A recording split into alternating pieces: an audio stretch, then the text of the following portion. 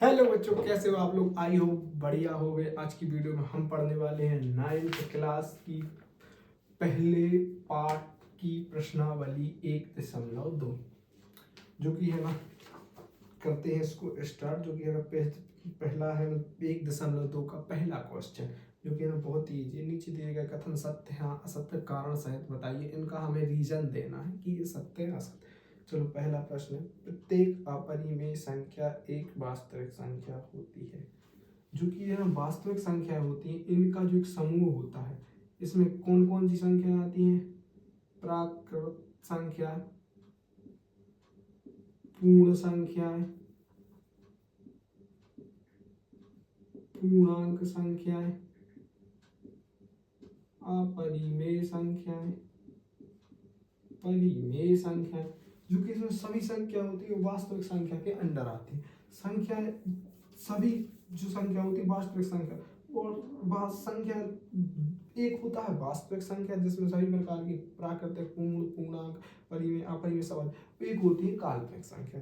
काल्पनिक संख्या कुछ अलग होती है, जो करनी के अंदर माइनस लगने पे आता है, -3, ऐसे कुछ इस प्रकार की संख्या होती है। चलो, तो क्या जा रहा है कि प्रत्येक अपरिमेय संख्या एक वास्तविक संख्या। हाँ, वास्तविक संख्या के समूह में अपरिमेय संख्या भी आती है, तो हम कह सकते हैं कि प्रत्येक अपरिमेय संख्या एक वास्तविक संख्या होती है, अर्थात यह कथन सत्य है। चलो पढ़ते हैं दूसरा। संख्या रेखा का प्रत्येक बिंदु, संख्या रेखा होती है जो है, उसको मिटा दें थोड़ा सा। संख्या रेखा होती है कुछ इस प्रकार से। इधर होता है क्या, 0, 1, 2, 3, 4, 5। तो दूर हो गया, 1, 2, 3, 4, 5, 6। ये क्या होता है, माइनस चलता है, इधर प्लस रहता है। तो ये क्या कहा जा रहा है कि करनी m के रूप में, जहां m एक प्राकृतिक संख्या है, तो यह कथन असत्य है। क्योंकि कुछ संख्या इसमें ऐसी होगी जो माइनस में होगी, लेकिन प्राकृतिक संख्या केवल प्लस में होती है। प्राकृतिक संख्या एक से शुरू होकर यहाँ धन की ओर जाती है पूरी, यहाँ से लेके यहाँ अनंत तक जाने वाली संख्या प्राकृतिक संख्या कहलाती हैं। यदि ये जुड़ जाए तो ये पूर्ण संख्याएं बन जाएंगी। अगर ये पूरा जुड़ जाए, इस साइड अनंत तक जाने वाली, इस साइड अनंत तक जाने वाली, तो ये कौन सी संख्या बन जाती हैं? पूर्णांक संख्याएं। चलो ठीक है। प्रत्येक वास्तविक संख्या एक अपरिमेय संख्या है, ये कथन भी असत्य है, क्योंकि प्रत्येक वास्तविक संख्या एक अपरिमेय संख्या है। अगर ये बात कही जाए कि प्रत्येक अपरिमेय संख्या एक वास्तविक संख्या है, तो एक कथन सत्य है। लेकिन यदि ये कहा जाए कि प्रत्येक वास्तविक संख्या एक अपरिमेय संख्या है, तो एक कथन असत्य है। क्योंकि उदाहरण के लिए हम, क्या होता है आपको, जैसे अगर कहा जाए कि स्कूल में लड़के हैं, केवल लड़के हैं, और ये कहा जाए कि स्कूल में बच्चे हैं, तो बच्चों में ना पूरा समूह आ जाएगा, लड़के भी आ जाएंगे, लड़कियां भी आ जाएंगी। यदि कहा जाए कि स्कूल में लड़के हैं, तो सिर्फ उसमें लड़के आएंगे।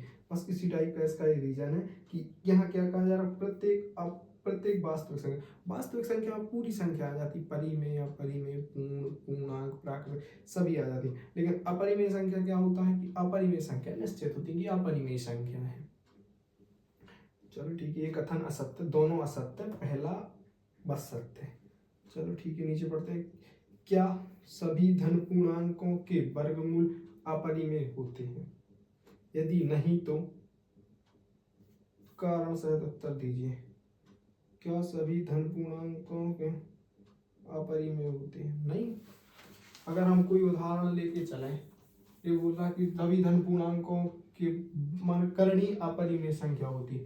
यदि हम एक उदाहरण लेके चले, करणी 4, ये क्या हो जाएगा, इसको हम लिख देंगे करणी में 2/2, इसको हम लिख देंगे करणी में 2 का वर्ग, और करणी कैंसिल हो जाएगा, 2 आ जाएगा। ये तो प्राकृतिक संख्या है, हो जाएगा नहीं, नहीं है, और इसका रीजन हमने आपको बता दिया। चलो ठीक है, करणी 5 को निरूपित कीजिए। अब हम आपको बताएं करणी 5 को निरूपित कैसे किया जाता है संख्या रेखा में। इसका ये नया तरीका है, समझना बिल्कुल आसान है, ज्यादा कोई कठिन नहीं है उसमें। हम इस टाइप की खींच ले रेखा, इधर रख लें 0, इधर रख लें 1, इधर रख लें 2, 3, 4, कितने ही लें, 1, 2, 3, 4, 5, ये माइनस में चलता है इस साइड। चलो यदि हमें करणी 1 का मान निकालना, तो यहाँ से कितना चलना पड़ेगा, एक ऐसा, जितना ए पॉइंट है इतने चलना पड़ेगा हमको ऊपर। तो इसको इससे जोड़ दें, इसको हम इससे जोड़ दें, ठीक है। ये क्या मिल जाएगा हमको, करणी 2, ये हो जाएगा करणी। इसको बस ये याद रखना कि ये एक लंबाई होनी चाहिए।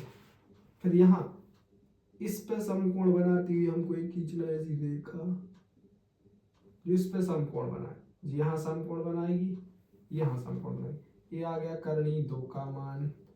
इसको हम यहाँ इससे मिला दें केंद्र से, फिर इससे समकोण बनाती हुई हम खींचेंगे एक ऐसी रेखा, यहाँ समकोण बनाएगी। ये मिल जाएगा करणी 3 का मान।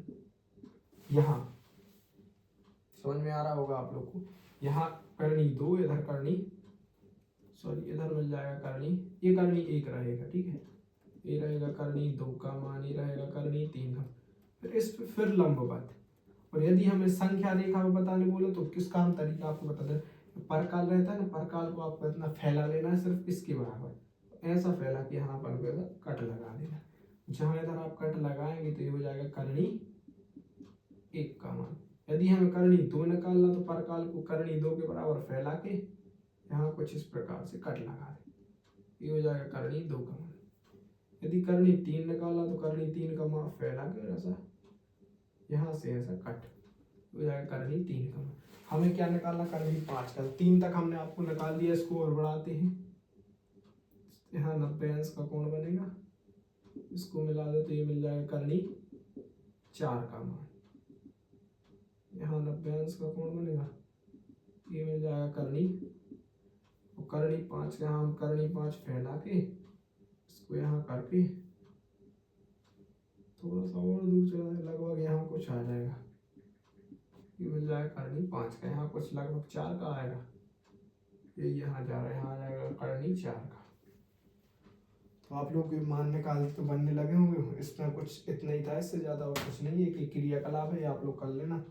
तो इस प्रश्नावली 1.2 को करते हैं यहीं पे ख़त्म। और इस छोटी सी वीडियो में आई होप आप लोगों को बहुत कुछ समझ में आ गया होगा। मिलते हैं ऐसे ही नेक्स्ट वीडियो में, तब तक के लिए बाय बाय। वीडियो को लाइक